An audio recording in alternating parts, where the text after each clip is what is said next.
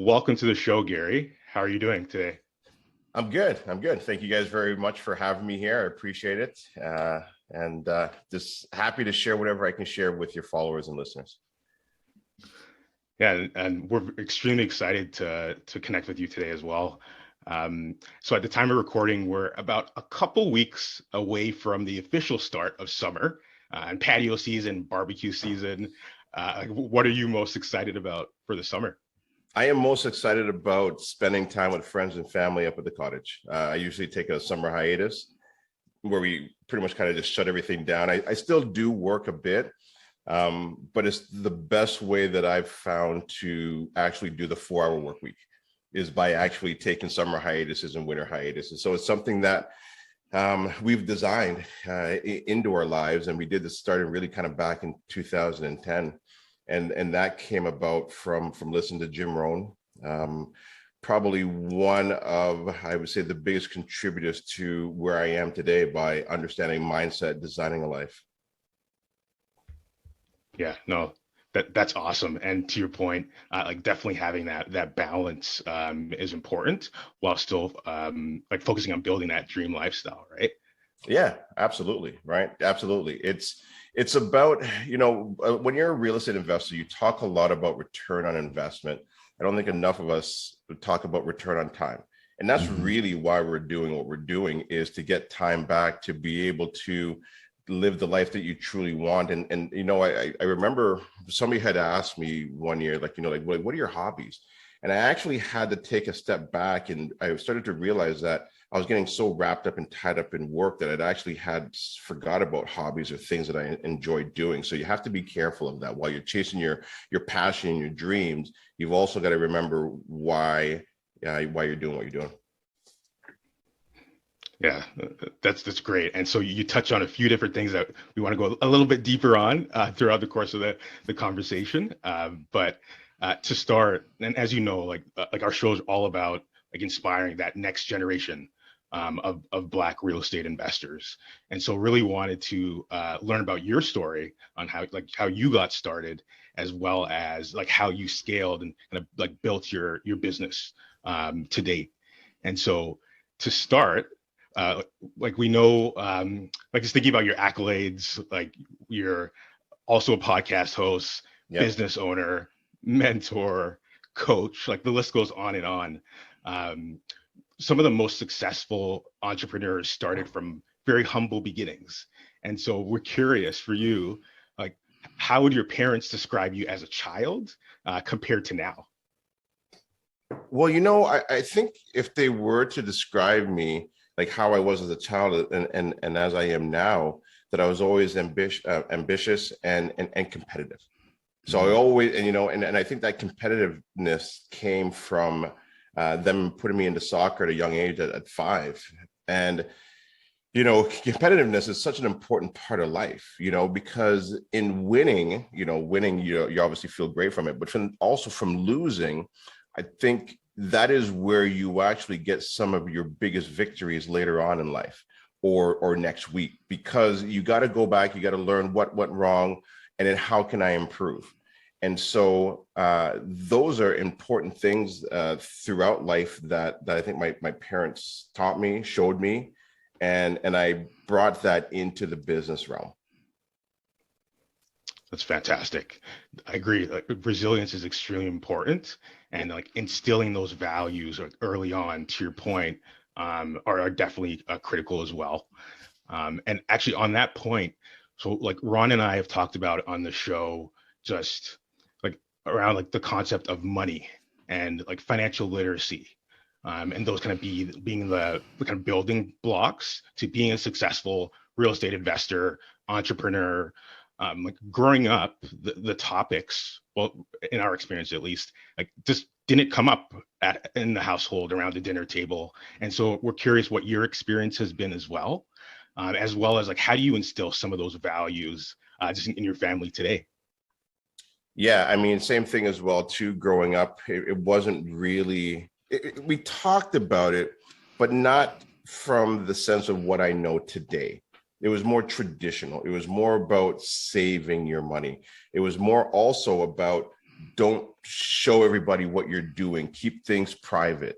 And so those are some of the things that I'd learned earlier on. And I also remember my dad always saying, man, if I had some money, I would buy some land. And so that also allowed me to recognize, well, there's something in land, right? And so even today now, when you take a look at real estate, when you buy an investment property, what's going up in value? Is it the house or is it the land? And the land itself is the land is an appreciating asset because God's not making any more of it. But if you take a look at the house, if you're not maintaining it or keeping it up, it's actually going down in value, right? So I realized that there was something powerful in land. And so that was something that I kind of heard, but I didn't know how to get into it. That was the tricky part. Like, how do you buy the land? How do you get the money outside of just only saving your money? Because, you know, as I bought my first property that my wife and, you know, my kids lived in, this was a condo back in, when we purchased it, around 1997. Oh, that was a long time ago. You know, we bought this condo for $120,000. And even looking at that, I mean, back then it felt incredibly expensive. But as I sold that property, bought another one, then sold that second property that I own, I realized, like, hold on a second, instead of selling these properties, I should be holding on to it. And then this was, I think, really the highlight of that really kind of changed everything for me was 2008 when I was working at TD Bank. And if you remember back then, this is when the crash happened in the US, and everybody kind of thought it was going to happen here in Canada, but it didn't. And but what did happen was that these companies started seeing what was happening in the US. And so what do you do when you think a recession is coming? You start to lay people off, right? You start to cut back on costs. And so I went into work, kind of minding my own business, sat down in my cubicle, and I saw one of my coworkers get called into the office. And he came out, and you know when you see the look on somebody's face? Yeah. And I was like, oh shit, he just got let go. And so all day long, they were letting people go. And we were now in our third home. And, you know, I needed this job. This was really important because if I lost this job, we were going to lose this house. And I was sweating, I was nervous. And at the end of the day, the manager comes out and he goes, okay, that's it. Whoever's left, you guys are safe. And I remember driving home saying, never again do I ever want to feel like somebody's in control of my financial freedom or future. That was such a huge turning point for me. The problem was this: I didn't know what to do. I didn't know really where to go or how to not have somebody in control of my financial future or freedom. And so I started trying a bunch of different things: Forex, commodity trading, stock trading, all kinds of stuff. And then while doing that, I was putting myself in debt. I wasn't picking the right ones, right? I was picking all the losers. And so I go into my financial advisor's office and I go, look, this is the third time I'm here. I get it. I need to take all my debt and put it into my mortgage. And so essentially what I was doing was I was consolidating everything. And I was like, listen, get rid of my credit cards, get rid of my lines of credits, and get rid of my HELOCs, home equity line of credit. Because I obviously don't know how to use it. And I'm going back to just saving and only buying things for cash. And she's like, that's a good idea, Gary, because you are terrible with credit. I'm like, beautiful. So she leaves the office. And this day changed. This is the day that really changed my life. And so I'm sitting there by myself and I look up and I see the index chart. And on the index chart, this is where, I don't know if you've ever seen it before, it's like a 50-year kind of timeline of what stock markets have done, what interest rates have done, everything. Like, you know, it's like a good snapshot. And what I realized on that chart was inflation, what inflation was doing. And over the course of 50 years, it was as low as 2 or 3% and as high as sometimes 17, 18, 19%. And then if you average it out, it's about, say, 4 or 5% a year. And I was like, well, hold on a second, inflation. So I did the math, and I got a raise at TD Bank. I was working at TD Bank. I got a raise the previous year for $1,000. And I did the math really quick. And I was like, well, hold on a second. Based on my income and the raise that I got, that worked out to 1.6% increase. And I was like, I get it. I can't outpace inflation by having a job. That was the light bulb moment for me. And I was like, what if I just had one more property? What if I could purchase another vehicle that could outpace inflation? And that's really kind of what changed my life. That's awesome, man. I had that similar encounter too. I was in Scotiabank too, and I saw that index chart, and I studied that chart while sitting there speaking to the bank rep. I was just like fascinated. You see that graph up and down. I'm like, wow, Mhm. this is really how we are able to outpace inflation. That's the only way, by Right. getting real estate. So Yeah. one thing I wanted to you touched on being able to uh, jump into real estate around 2008, that you had that light bulb moment. Mhm. So you made your first purchase around then. That's correct, Correct. right? So how were you able to scale from that first property? I'm really curious, and I think our listeners would get some value from that, because it's easy to do one, but then how do we get to the second, third, fourth, right? So how are you Yeah. able to scale from, from a first property? Well, so what I ended up doing was, and I started telling people like, hey, look, I want to get into real estate investing. I had no clue on how I was going to do it, but I want to get into it. So a couple years prior to that, my brother had brought over The Secret. If you remember The Secret, where I can't remember her name again now that produced it, but anyways, she brought together some great thought thinkers to talk about how you can achieve anything that you want in life by writing things down and wishing that you can, wishing for these things. Mm-hmm. Now it didn't go into full depth. It kind of touched on the surface level. It didn't talk about the action piece of it, which I kind of learned later on.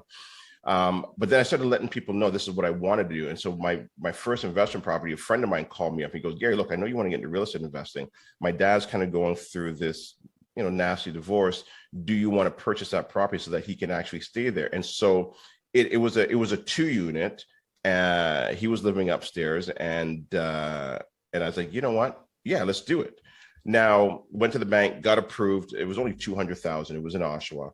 Mm-hmm. And the problem is that I didn't have the full down payment. And so I'm like, man, how am I going to buy this property? Because I don't have the full down payment. I got like maybe half of it. And so I go back to my friend and I was like, hey, look, why don't you partner with me? And if your dad's going to look after the property, we could do it. And then his sister was going to move into the lower unit. And we did it. And that was how I did it. And so that was when I started understanding about joint ventures.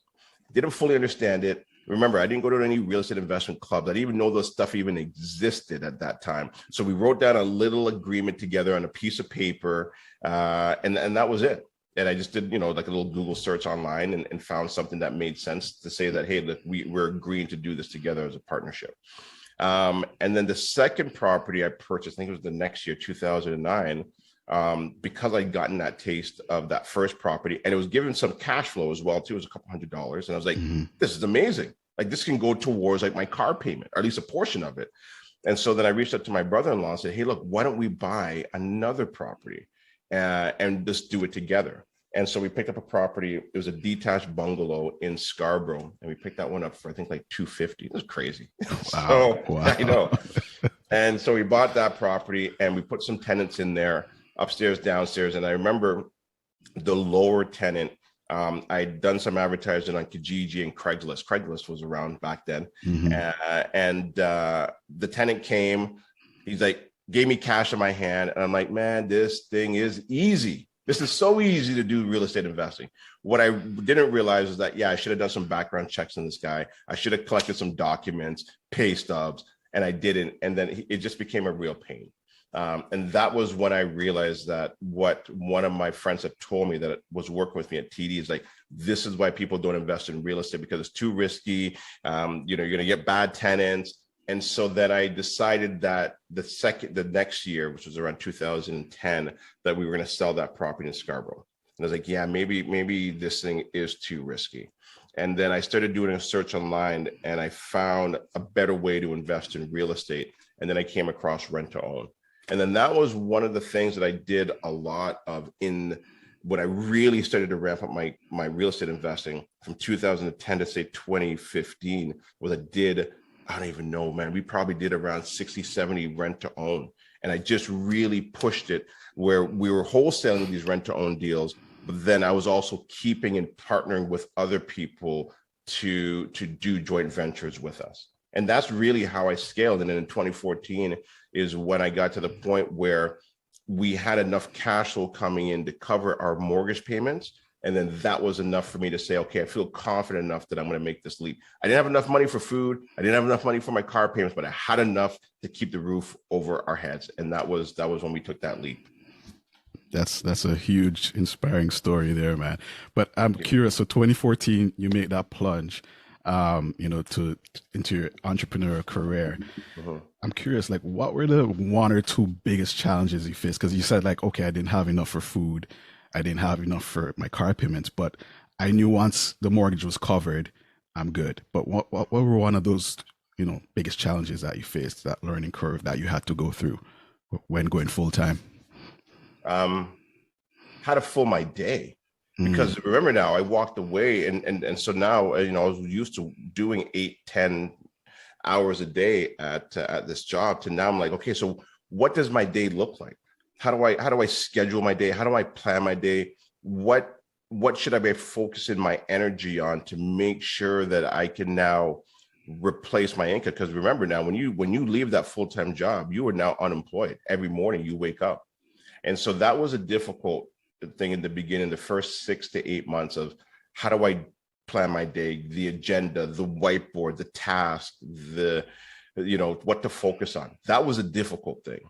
Now, who helped me through that was my wife, because she was really good at scheduling, planning, because that's what she did when she was at Bank of Montreal. So she kind of helped guide me through that. And then I was able to focus on the 20% that was going to bring in the 80% of the income that I needed. That's awesome, man. That's awesome. I know you mentioned in a previous podcast that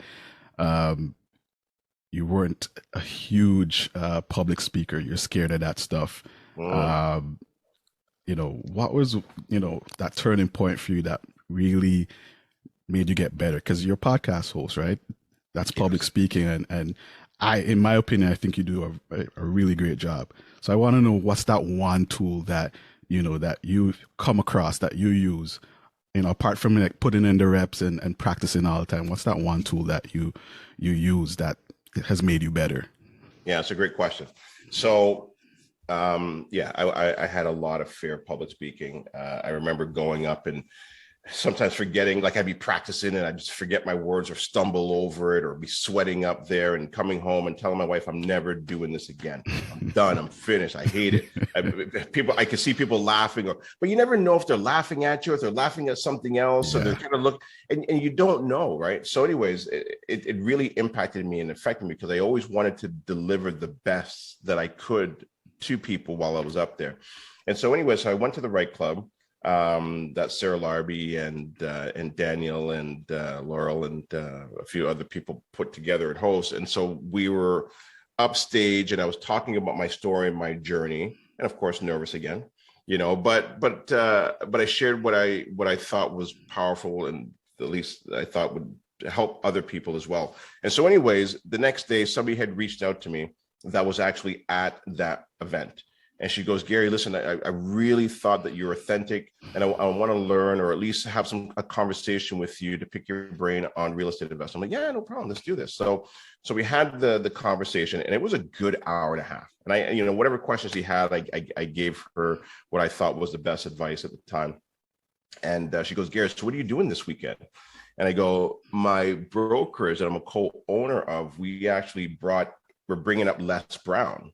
And I mean, Les Brown is a well-renowned, motivational speaker. Yeah. And I'm like, I got to introduce him. I got to introduce Les Brown. I got to go pick this guy up from his hotel and talk with him and hang out with this guy. And I'm like, I am so nervous. Like, I don't even know if I'm going to be able to do this.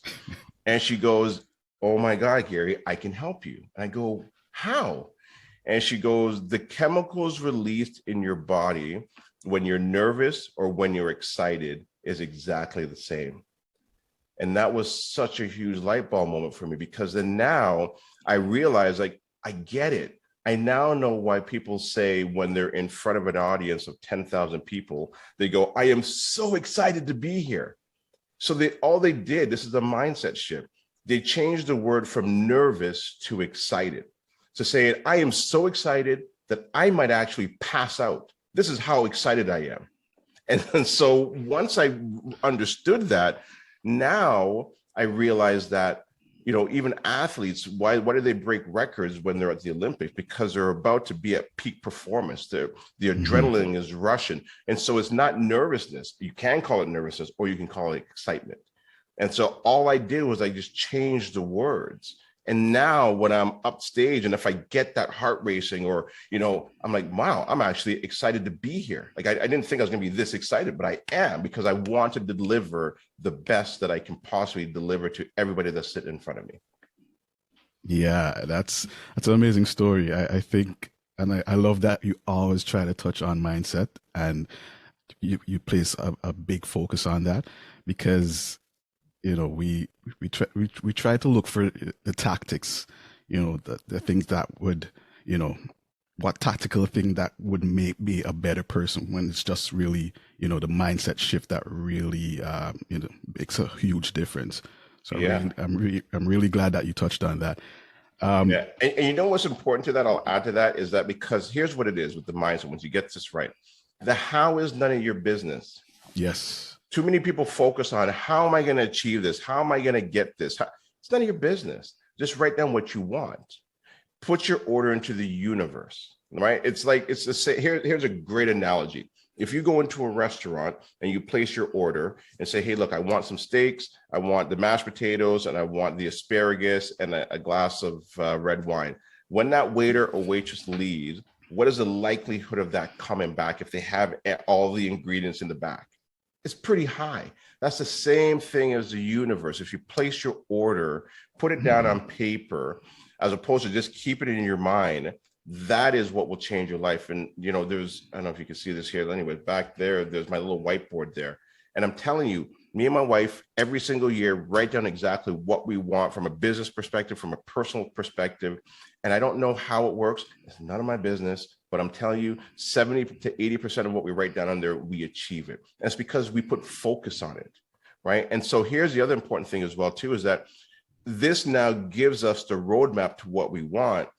But more importantly, it also allows us to say no to other things that are coming in, where oh, look, here's an opportunity here. Here's another opportunity here. And that's that shiny stone syndrome. And if you write down what you want, you can focus on it with intent. And I'm telling you, it changes your life. It changes the direction, and that's how you can design what you want and manifest these things into your world. I love that. Focus is such a hard thing to do. It's a hard muscle to train, and I love that you touched on that. Gary, you also earlier you mentioned a few things that I actually just wanted to unpack a little bit. And Yep. so, you talked about joint ventures, like you mentioned rent to own. Just thinking about the current market that we're in, for someone looking to get started or even scale their portfolio. Can you talk a little bit more about those strategies in detail and how they work, as well as any advice you'd give someone in terms of getting started? Yeah. I mean, if you're going to get started, what you want to do is you want to listen to podcasts like this. You want to attend webinars and seminars, or even now that we've kind of gotten back to live events, and listen to all the different strategies. There's so many strategies out there. And there isn't a right or wrong strategies. It's what suits your lifestyle, and also trying to determine what market are we in and what's going to create the best cash flow for you. So that's one really good advice. Number two is, some people say, it's difficult to find properties that are going to cash flow are going to work. Well, then you're not driving far enough. Sometimes you got to drive a little bit further, or sometimes maybe you do have to move it to another province, but I don't think you need to. There's nothing wrong with going to another province. There's lots of great opportunities right now. And on top of that, I'm not sure when this is going to be released, but now is a great time to invest. See, in January and February, that was not a great time to invest. It was more difficult. Let's say that. It was more difficult to invest at that time. Now, the Walking Dead herd has shifted and moved, and now everybody wants to go in that same direction. And I'm like, this is a great opportunity. 2008 was a great opportunity when everybody kind of pulled back. That's when I jumped in. Right. 2017 was another great opportunity when everybody kind of pulled back. I purchased, here's a great story too. I purchased at the peak. I purchased 2017, April 20th or somewhere around there. And I think Kathleen Wynne came out with the foreign tax April 22nd or something like that. Okay. I timed it perfect for the worst time to buy. Okay. However, I converted that property into a legal 2-unit, and that thing, when I was done, cash flowed like $1,200 a month. So you've got to understand what type of strategy that you want to focus on, run your numbers. That's so important. And then execute it. And don't worry about the naysayers. Don't worry about, what your friends and your family are telling you, because here's what they're doing. It's not that they don't want you to be successful. They are trying to take you out of harm's way. And so they're saying, don't go there. It's so dangerous, because they've never been there. And so that's the crab in the bucket mentality to pull you back down and say, it's safe here. Let's just stay here together. Mm-hmm. But then what you've got to do is you got to start asking people questions that are where you want to be, the ones that are outside of that bucket. That is where you can now make the right decisions, because you're seeing it from a different lens, and from somebody that is where you want to be. That's where you got to ask. And I remember when I was at TD, same thing. We're at the water cooler, and I'm asking my coworkers, hey, how do we get out of here? Not to knock them, but they don't know. How would they possibly know? They've never been able to venture out of that 9-to-5, paycheck that comes in every 2 weeks or every week or whatever it is. So that's the best advice that I can give people. Yeah. So you mentioned the craziness that happened at the beginning of the year. So we witnessed, unprecedented numbers, houses being sold like 500-600 over asking. Yeah. Now we're seeing a bit of a pullback, aggressive rate hikes. I'm wondering because you started in 2008, so you would have seen it all, right? Dips in the market, rate hikes. Like, what do you see in your crystal ball for the remainder of 2022? Here's what I see. I think the best way to have a crystal ball is to study history. Mm-hmm. History doesn't always repeat, but it rhymes. Right. And so then now I think people have gone back to the 1970s. Like, yeah, but look how high interest rates went back then in the early 80s. Go back a little bit further. And I think if you look at it go back to Roman Empire times, that's even great. But go back to even, say, the 1900s, say around like even World War II. Start from there. Take a look at what happened, or even the Great Depression, okay? So anytime you have high sovereign debt and high private debt, they keep rates low. Okay, so World War II, high sovereign debt, meaning government debt, high private debt, they kept their rates low. Because don't forget, right, when the government has high debts, they don't want high interest rates. Okay, so fast forward now, they created a new currency, Bretton Woods, which is important to understand. 1944, after the U.S. won, they pegged everything to the U.S. dollar. The U.S. dollar pegged it to gold. So now you go to 1971, their mandate was that they can't print more money than there is gold. However, they had the war going on, Vietnam War. So Richard Nixon comes out and he says, okay, we got to unpeg gold, or unpeg the US dollar from gold. So now this is when cash becomes trash. Okay. So then they start printing, inflation starts happening. They now jump in and say, okay, we got to raise interest rates. Cool. So now what happens? They raise interest rates, but why? Private debt is high, but sovereign debt is low. So it's okay. So, some people get hurt by it, because the government is okay. They don't have that much debt. So now fast forward to where we are today. What do we have? We have high sovereign debt and we have high private debt. Mm-hmm. Okay. So then the question now is, can they raise rates, and how high can they go? I don't believe that they can raise them that high, because I think they've painted themselves into this corner at this point in time. And so because of that, I think they might raise rates once, maybe twice. I don't know how much high they can really go. The U.S. is very close to recession. Their last quarter, they were down. They're probably going to be down again this quarter. So now, are you going to raise rates? Well, if you do, then you're going to create stagflation. So you're going to put yourself into a very tricky place. So I don't see how they can raise the rates, at least not at this point in time, too much higher.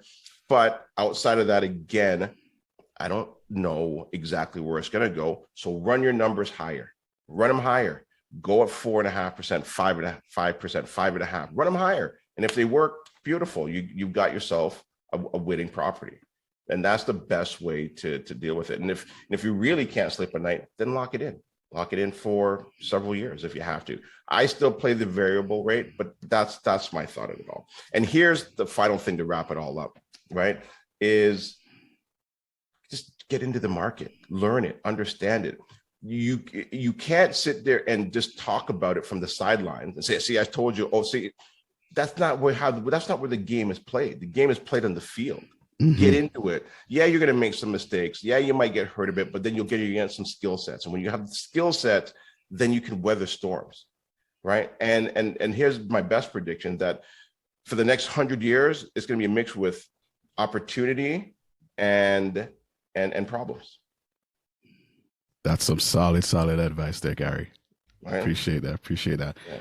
What question that you tend to ask your guest on your podcast is, what keeps you up at night? I'm very curious. I would love to know what keeps Gary up at night. What keeps me up at night? There isn't a whole lot. My wife always gets upset with me because I just fall asleep as soon as I hit that pillow. And I think it's probably because I give it my all. I would say previously what used to keep me up at night was, did I do enough, or did I provide enough? Because, there's a great quote from Jim Rohn that says, help as many people get what they want, and you can have every and anything you want. And so that's just who I am. And I remember when I was leaving T8, and he goes like, what do you want to do? And I was like, man, I just want to help as many people as I can. And he's like, that's crazy. Really? And even when I said that to him, I even had to step back and question, is that really what I want to do? Is that really like a goal? But it is. I just always want to help people. As long as they're willing to meet me at least halfway, I will provide and give as much as I possibly can, or at least give them the direction or the best advice that I possibly can, because then it also allows me to then allow for new information to come in and also solidify what I'm teaching them or sharing with them. So I'm always doing my best to share whatever I've learned over the years. That's awesome. That's awesome, Gary. Thanks.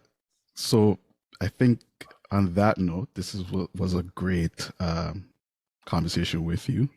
To wrap it up, please let the audience know what you have going on right now, and how could our listeners reach out to you the best way. Thank you. So what I got going on right now is, so I am the owner of a real estate investment group. It's a small boutique club out in the Durham region. We do investing in Durham. We do investing out in the Peterborough market. And then we always teach a fast start class, which is like a beginner's real estate investment 101 and how to run your numbers. That's the most important thing. So we do that. If you're a realtor, I'm also owner of a brokerage in Oshawa, out in Coburg as well too, called Our Neighborhood Realty. And what else am I doing? And I'm also now looking to diversify outside of Canada. I'm also looking at other countries now as well too. I think Canada is still a great place to invest. You got to do it wisely, obviously. But because I have multiple properties here, now I'm also looking at geographical freedom. And so now I'm looking at areas like Costa Rica or Mexico and a few other places where I don't need to be here all the time and still have my company run or function as it needs to be. So that's what I'm looking at as well. So always trying to expand. I'm going to make some mistakes along the way for sure. And I'm I don't know if I'm excited to make the mistakes, but I know it's going to happen. And so that means now I'm learning and I'm growing. And so if anybody wants to get a hold of me, they can reach me on social media, I'm on Instagram or Facebook, just Gary Hibbert, or you can just Google me. Awesome, Gary. We really appreciate having you on today. Really, thank you so much for your time and your knowledge. We'd love to have you back on at some point again to talk about that geographical freedom. So Well, hopefully when you do invite me back on, I would love that. And I'll kind of share with you and your audience where that stays or where that is. Because I always like to keep people updated in regards to what I'm doing from that standpoint. So thank you very much for having me, and congratulations on the launch of this incredible podcast, which I think is going to help a lot of people, and I think you guys should be proud of yourselves. So congrats on that. Thank you, Gary. Thank you.